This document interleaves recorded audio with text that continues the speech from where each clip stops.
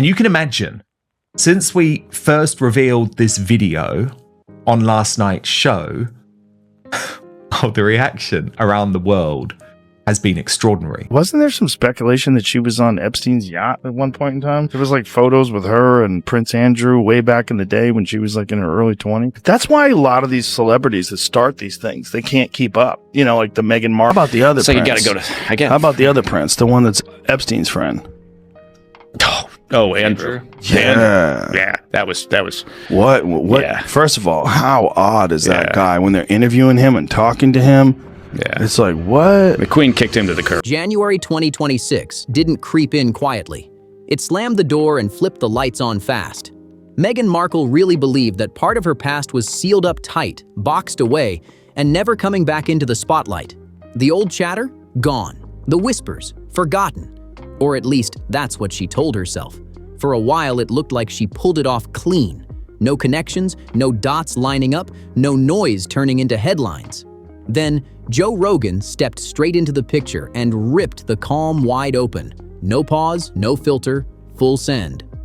Suddenly, a chapter Meghan allegedly wanted wiped from memory was being dragged back into public talk, and it wasn't subtle at all.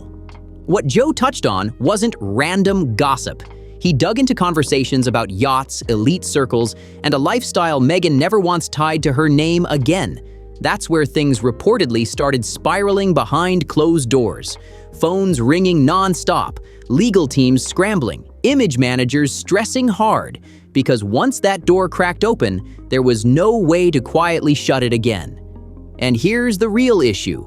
Joe Rogan doesn't soften his tone for anyone. Not royalty, not Hollywood power players, not billion-dollar reputations. If something feels off to him, he pulls on it until everything starts unraveling. That's exactly why this situation set alarms off everywhere. We're talking about the biggest podcast on the planet, pulling in roughly 200 million listeners across platforms. When Joe speaks, the internet reacts instantly, clips spread fast, and narratives shift overnight. That kind of reach makes image-focused figures nervous for a reason. And you can imagine, since we first revealed this video on last night's show, the reaction around the world has been extraordinary. Piers Morgan posted on X, "We're about 2 months away from the sex tape." Joe doesn't play polite, doesn't respect titles, and definitely doesn't follow royal etiquette. Duchess or not, if something doesn't sit right, he says it out loud. He's taken shots at Meghan before, even back in 2020, openly clowning the idea that Prince Harry's life was turning into a celebrity-driven brand move. Then in 2023, Joe circled back to Meghan's comments about feeling uncomfortable during her time on Deal or No Deal. His reaction? Dry, blunt, and unapologetic. He questioned expectations, showed zero sympathy, and moved on without hesitation. That's always been Joe's lane. Say it straight. No cushioning, no cleanup crew following behind. That's when things allegedly crossed into danger territory. Once Joe Rogan started circling back to long-standing yacht chatter tied to Meghan and loosely connecting it to elite social spaces linked to Prince Andrew, the situation reportedly triggered instant alarm bells behind the scenes. This wasn't tabloid noise or clickbait blogs stirring the pot. This was Joe Rogan, unfiltered, unpredictable, and impossible to quietly steer. He's not traditional media, doesn't answer to editors, and doesn't fold under pressure. When someone with that kind of reach starts asking uncomfortable questions about exclusive gatherings, closed-door circles, and social pipelines nobody wants spotlighted, it instantly turns into a reputation emergency. And here's where it gets deeper. None of this discussion is technically new. It's just that no one with Joe's level of influence had openly touched it before. Author Kirby Summers has spent years researching elite social networks, including work tied to an unauthorized book connected to Ghislaine Maxwell. During that research, Summers claims she uncovered information suggesting Meghan may have crossed paths with Prince Andrew long before she ever met Prince Harry. According to Summers, there could be images from the early 2000s showing Meghan aboard a yacht in Pattaya, Thailand, a location where Prince Andrew was reportedly present at the time. These images, Summers alleges, exist but were never published by major media outlets. Important note, these claims remain unverified and were never confirmed publicly. Then there's one name that keeps resurfacing in these conversations: Marcus Anderson. Known for his longtime role at Soho House, Summers suggests Anderson may have helped connect Meghan to high-level social circles years ago, linking entertainment figures with elite networks. That's reportedly the thread Joe started pulling, and once it loosened, the discussion became impossible to ignore. There's also documented proof that Meghan received an invitation to Yacht Week 2016 in Croatia, and this wasn't some peaceful sailing retreat with ocean breezes and quiet dinners. If you follow Harry and Meghan, you know all about Marcus Anderson. You know that he always seems to pop up. Is reportedly facing a reshuffle in her inner circle as her new Netflix show With Love Meghan, which was launched earlier this month, faced mixed reactions. So how many times have we heard Meghan Markle having a best friend? You know, we've had Jessica Mulroney, Serena Williams. GQ once described the event as Sodom and Gomorrah at sea, while attendees from earlier years openly referred to it as Tinder on Water, a non-stop party scene with unspoken expectations and exclusive access. Did Meghan actually attend? No one can say for sure, but the invitation existed, the access existed, and that's the part Joe keeps circling back to. He's not stating conclusions, he's questioning why the same names, events, and connections keep overlapping. And this is where Joe's involvement flips the entire situation. When gossip blogs talk yachts, people roll their eyes. When royal authors mention it, critics yell speculation. But when Joe Rogan dissects it on the largest podcast platform in the world, pulling in around 200 million listeners, it lands completely differently. Joe has already weathered platform backlash, media pressure, and public attacks. Streaming drama didn't silence him, and past attempts to slow him down didn't work either. So when Joe Rogan openly starts asking questions like, what's the real story behind Meghan allegedly being around yachts connected to Prince Andrew? Or why does Marcus Anderson keep showing up in conversations tied to elite circles linked to Epstein-era figures? People don't just scroll past anymore, they stop and listen. Then Joe went even further and asked the one question most outlets avoid completely. Why hasn't mainstream media ever dug into this properly? That's the moment the audience leans all the way in. Because once Joe's listeners start questioning, clipping segments, sharing discussions, and demanding explanations, polished public narratives don't hold the same power they used to. That's why multiple reports claim Meghan's team allegedly shifted into full crisis mode. Not because Joe made hard accusations, but because he asked questions they couldn't manage or redirect. And unanswered questions are way harder to contain than headlines. You can pressure gossip sites with legal warnings. You can manage royal coverage through access deals and carefully worded relationships. But Joe Rogan doesn't answer to any of that. And that's the part that reportedly makes people nervous. Now here's where the Marcus Anderson angle becomes crucial, because Joe keeps circling back to this name for a reason. You know what's going on. Someone wanted a lot of attention, and now they got it. That was the whole episode. That was the ep. Yeah. That was the premise. Is that what it was? Like, we want privacy, and they keep going on every magazine. Be a regular person. Yeah. Go get a job in an office. Marcus Anderson is the global membership director for Soho House and is widely known as the person who introduced Meghan to Prince Harry. That part is documented and generally accepted. But Joe isn't stopping there. He's asking the follow-up questions most people won't touch. How did Anderson decide Meghan was the right introduction for a royal figure? What kind of relationship did they already have before Harry entered the picture? And why did Anderson have enough confidence to make such a major introduction in the first place? These aren't random questions. They point toward long-standing access. Go back to 2001. That's over 2 decades of proximity to elite environments. Soho House isn't just a social club.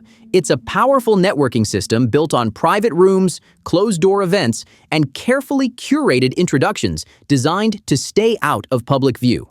Anderson's role is connecting people, choosing timing, and deciding who gains access. According to research Joe has discussed, some of these alleged overlaps may involve Meghan and Prince Andrew.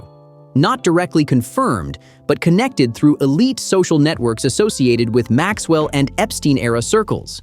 These claims remain unverified, but the overlap keeps drawing attention. Think about what that implies. If Meghan was being introduced to high-level figures long before Harry, then her meeting Harry may not have been as random as it appeared. Joe frames it as strategic networking at the highest tier, and he's been pressing that idea hard to his massive audience. Influential man in the world, Time magazine should have been. No, Meghan Markle beat me. God, how if it's most influential, there should be there's no debate. Nobody's even in the same category as you. I don't know. I don't think about it. I try not to. It's a little complicated. I'm thinking about it, though. I really shouldn't be influenced. And then there's the lingering question Joe keeps hinting at, the Thailand yacht images that may or may not exist. That unanswered detail keeps the conversation alive and heated.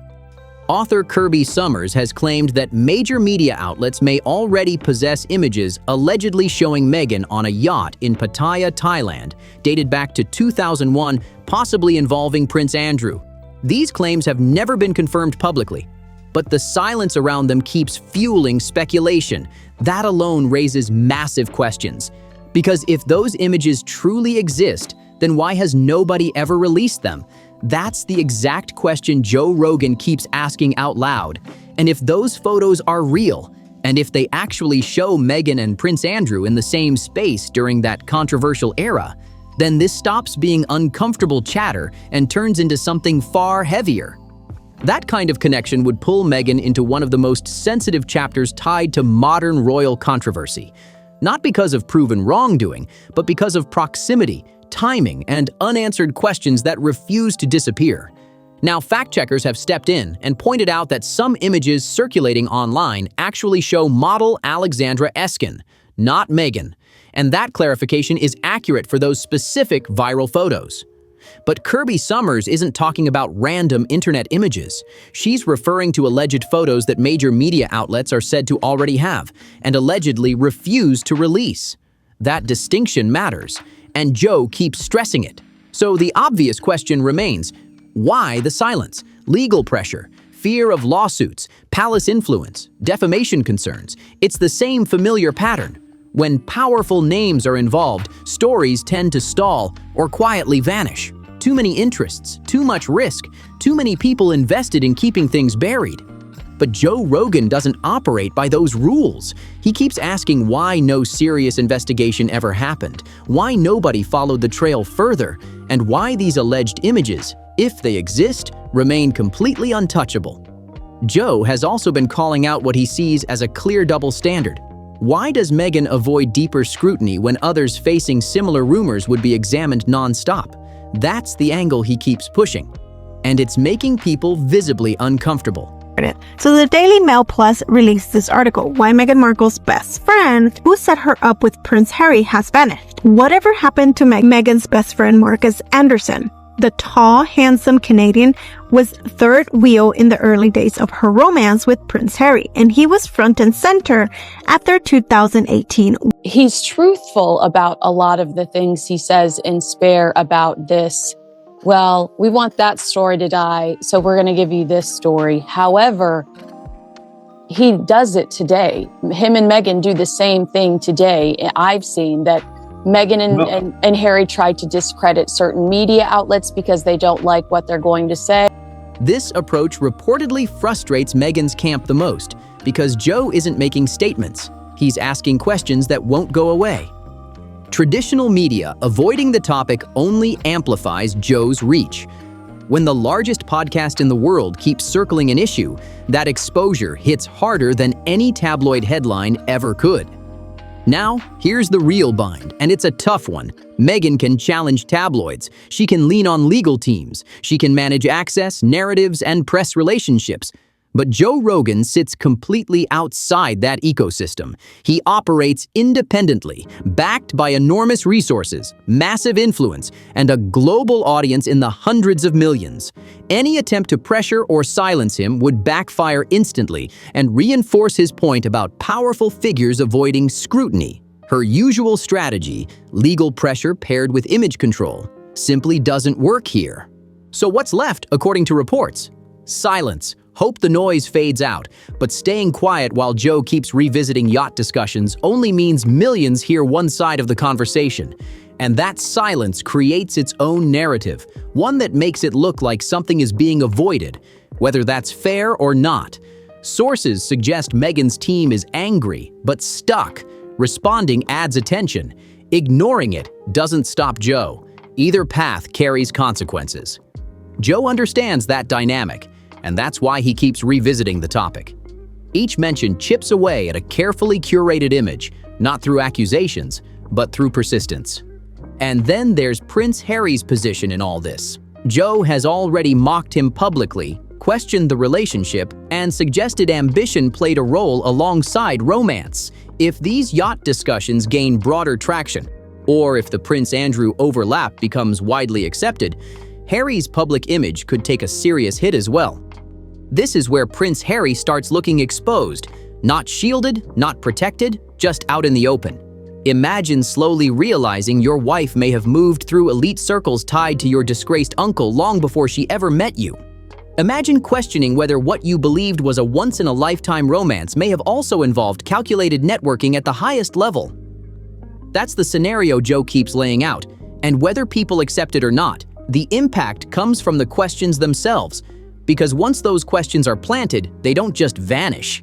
This is the picture Joe Rogan keeps presenting to his roughly 200 million listeners, and it's uncomfortable. Harry has no easy way to push back without concrete proof. He can't suddenly show evidence that Meghan never crossed paths with Andrew, and he can't neatly explain away the Marcus Anderson connections either. Sources suggest Harry may already feel shaken by the ongoing yacht discussions. Rumors questioning how much of Meghan's past is fully understood. Questions about whether Prince William and King Charles had reasons to stay cautious early on. And if Joe keeps stacking these questions, keeps pointing out overlapping names and spaces, the pressure only builds. That's when the public framing starts to shift. Is this preemptive announcement about Harry's security just more of the same, or is there more to it? Now, initially, I caught the first announcement on it. Then the very first announcement of it was LBC UK. And I sort of thought, yeah, typical Harry and Meghan. Here we go, preemptive. I don't think that she'll ever let Harry go, because she is so fixated on having a title that she doesn't even have or deserve anymore, right? Yeah. Technically, she's not part of the royal family. On paper, on the website, Duke and Duchess of Sussex. Suddenly, Harry's relationship isn't seen as a simple fairy tale anymore. It gets reinterpreted, not as pure romance, but as strategy. Not just love, but ambition mixed with opportunity. The narrative begins drifting toward a woman navigating elite social environments and eventually reaching the highest level through the Soho House network. And this is where Joe's focus becomes very deliberate. Mainstream media rarely digs into Soho House, but Joe does, because the brand has long been associated with ultra-wealthy power players and controversial figures operating behind closed doors. Take billionaire investor Ron Burkle. He's reportedly been connected to the group since the early 2000s and has faced public questions over social overlaps with Epstein-era circles. None of that proves wrongdoing, but the proximity raises eyebrows. Soho House thrives on privacy. No photos, no recordings, no leaks. Everything happens away from public view. And that's not accidental. That secrecy is the product. It's the selling point. Private spaces where influential people meet without outside eyes watching. So when Joe starts asking what really happened inside those rooms, what kind of networking took place, what introductions were facilitated, and whether Marcus Anderson played a role connecting ambitious figures with powerful names, the entire system hits resistance. And that resistance only makes the questions louder. Soho House can't really deny facilitating connections. That's literally their entire business model. They exist to bring people together, especially at high levels, and that's where the problem starts.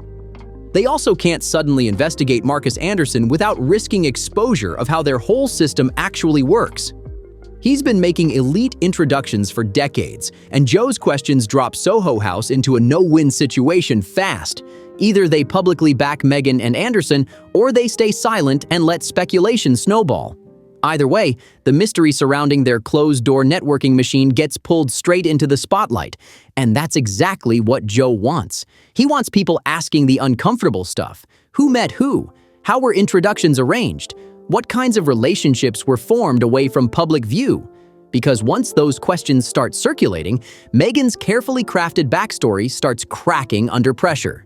Here's the harsh reality for Meghan. Yacht-related chatter has existed for years, but it stayed stuck on the fringe.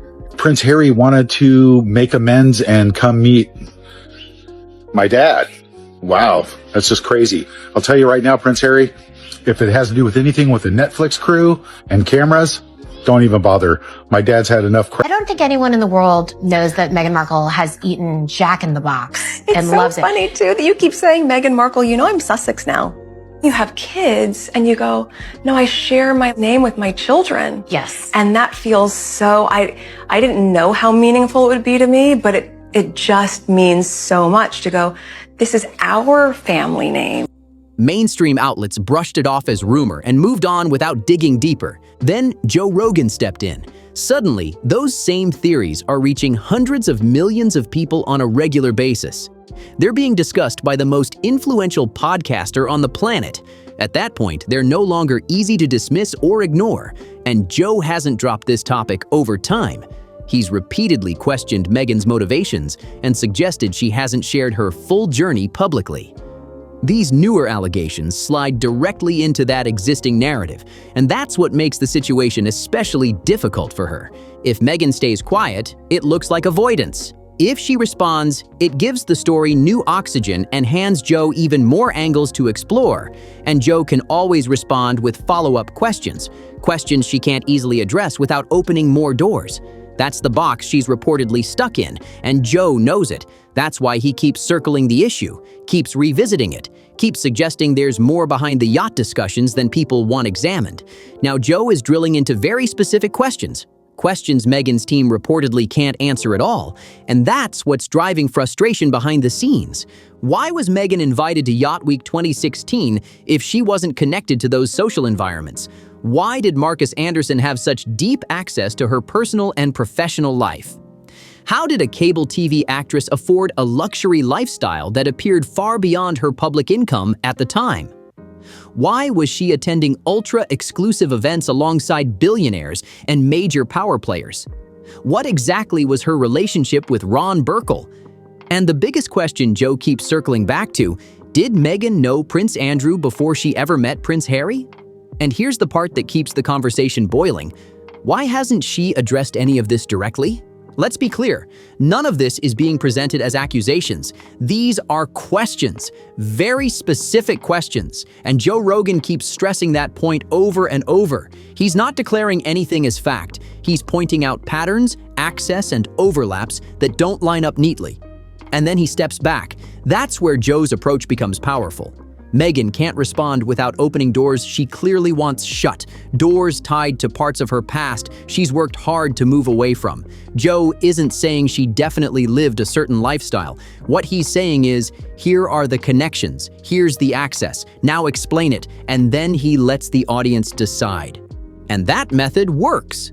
People believe ideas more strongly when they reach conclusions on their own instead of being told what to think.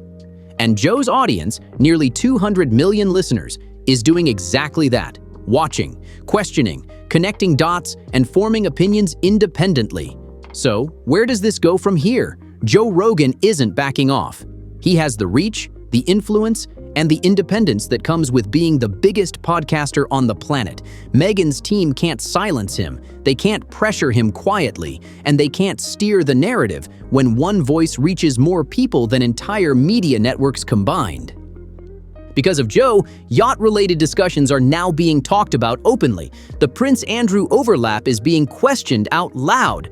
The Marcus Anderson networking role is under sharper focus than ever before. And according to reports, Meghan is watching a carefully polished public image show visible cracks in real time.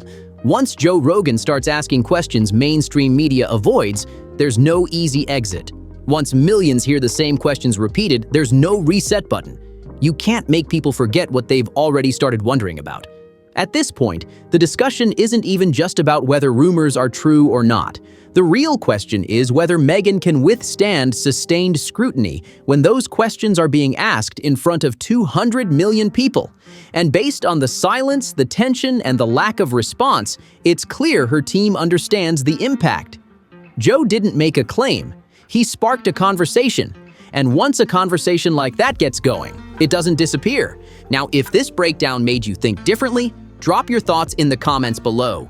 If you want more deep dives like this, make sure you like the video, share it, and subscribe so you don't miss what's next. And don't click away yet. Check out the next video on your screen right now for even more celebrity drama. See you on the next one.